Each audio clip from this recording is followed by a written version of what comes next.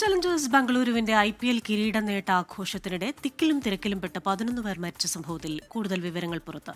ആരാധകർക്ക് free pass ഉണ്ടാകുമെന്ന് സമൂഹ മാധ്യമങ്ങൾ വഴി പ്രചരിച്ചത് കൂടുതൽ പേർ സ്റ്റേഡിയത്തിലെത്താൻ കാരണമായി. അപകടത്തിന്റെ ഉത്തരവാദിത്തം ഏറ്റെടുത്ത് മുഖ്യമന്ത്രിയും ഉപമുഖ്യമന്ത്രിയും രാജിവെക്കണമെന്നാണ് BJPയുടെ ആവശ്യം. മുഹമ്മദ് റഹീസ് ഇപ്പോൾ ബംഗളൂരുവിൽ നിന്ന് വിവരങ്ങളുമായി ചേരുന്നുണ്ട്. തത്സമയം മുഹമ്മദ് റഹീസ്, വലിയ വിമർശനങ്ങൾ ഉയരുന്ന ഒരു ഘട്ടം കൂടിയാണ് ഇത്. ഈ സംഭവവുമായി ബന്ധപ്പെട്ട് അതിലെ അനാസ്ഥ അത് പ്രകടമാകുന്ന തരത്തിലുള്ള റിപ്പോർട്ടുകളൊക്കെ ഇപ്പോൾ പുറത്തുവരികയാണല്ലോ റഹീസ്.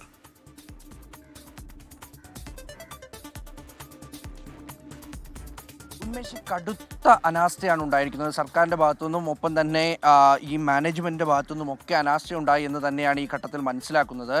നമ്മളിപ്പോൾ ഇന്നലെ ഈ സമയത്ത് ഇവിടെ ഉണ്ടായിരുന്ന ഒരു കാറാണിത്. ഈ സൈഡിൽ പാർക്ക് ചെയ്തിരുന്ന ഒരു കാറിൻ്റെ അവസ്ഥയാണിത്. ഈ കാറ് അപകടത്തിൽപ്പെട്ടതല്ല.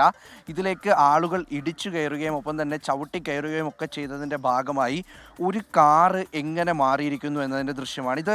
അതിൻ്റെ എത്രത്തോളം ഒരു ഇൻറ്റൻസിറ്റി അപകടത്തിനുണ്ടായിരുന്നു എന്ന് വ്യക്തമായിട്ട് മനസ്സിലാക്കി തരുന്ന ഒന്നാണ്. കാരണം അതിൻ്റെ ഗ്ലാസ് മുഴുവൻ ചവിട്ടിപ്പൊട്ടിച്ച് ആകെ ഏതാണ്ട് നമ്മൾ ഇതൊക്കെ തകർക്കുമ്പോൾ, വാഹനം തകർക്കുമ്പോൾ അത് ഇടിച്ച് ഏതായാലും അത് വേദന ഉളവാക്കുന്ന ഒരു കാര്യം തന്നെയാണ്.